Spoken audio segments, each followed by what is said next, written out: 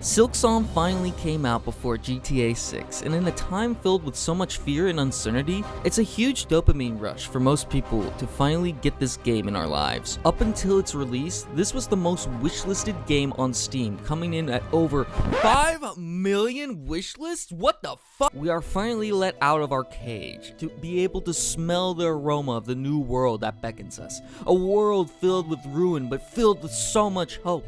A world so huge, it's bigger than yo mama.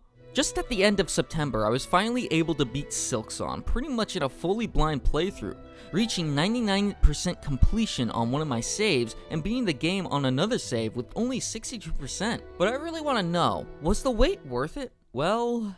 Team Cherry! Team Cherry! What happened to this? Oh, what? Where'd they go? And I want to make it clear, I love Silksong. It's a beautiful game with an intricate detail into everything. When you walk on moss or bones, it squishes down because of your weight. But there's some things that really egged me on about this game. I get it, it's a hard game. It's supposed to be challenging. But I feel like it's really stupid to have to go up to enemies at the start of a game and have your ass kicked back 2 masks because you wanted to fight a skull brute for the first time. You only get 5 masks, but since you get dealt 2 damage, it makes you feel like you only have 3. And then you start to think, do I have 5 lives?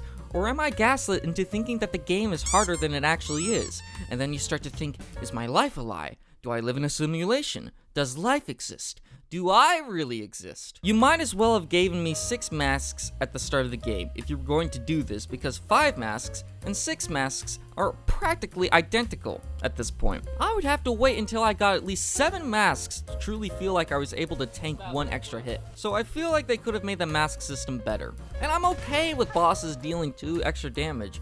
It's understandable, because you're dealing with something more complicated than the original enemy, and it requires you to have a lot more strategy into where you want Hornet to dodge to get out of the boss's hitbox. Which brings me to hitboxes. Look, Dark Souls 2's hitboxes were pretty bad. Is Silksong's worse? Absolutely not, but there's some enemies I just don't get. For example, the lava lug enemy.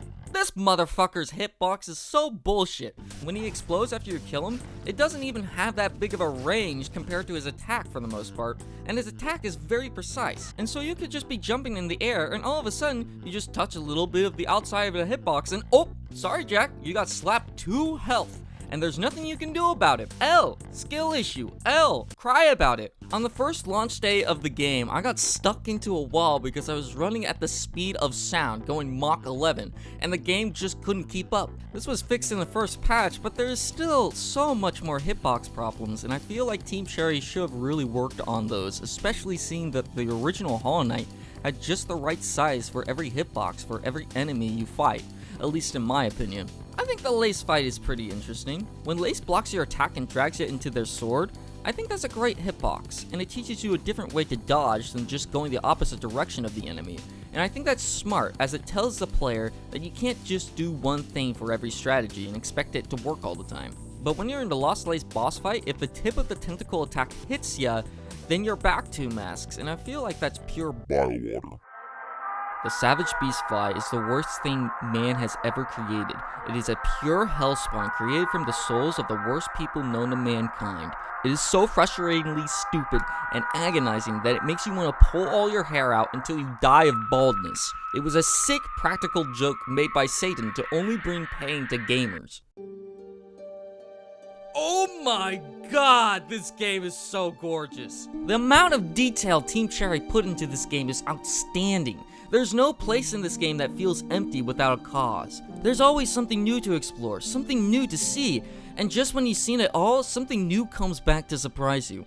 Like in one of my playthroughs, I bought everything from the Bone Bottom Merchant, and I didn't think too much of it. But later in Act 3, Bone Bottom gets abandoned and overrun by evil gremlin thieves who try to steal your favorite Cheeto that you bought for $1,000. But if you didn't buy from this merchant at the beginning of the game, everything you bought gets transferred over to Griddle. In every act of the game, you can get a straight pin at the top right corner of the cell where you're introduced to Griddle. When you mix the poison pouch in the blue juice syringe, you get the purple poison hearts for 2 seconds instead of a blue heart. When you hit the side of the shard wall, it knocks out little pieces of shards consistent consistently, which I thought was a glitch at first. There is so much world building in this game, there's so much detail, and the animation is so breathtaking. You just gotta say to yourself, damn.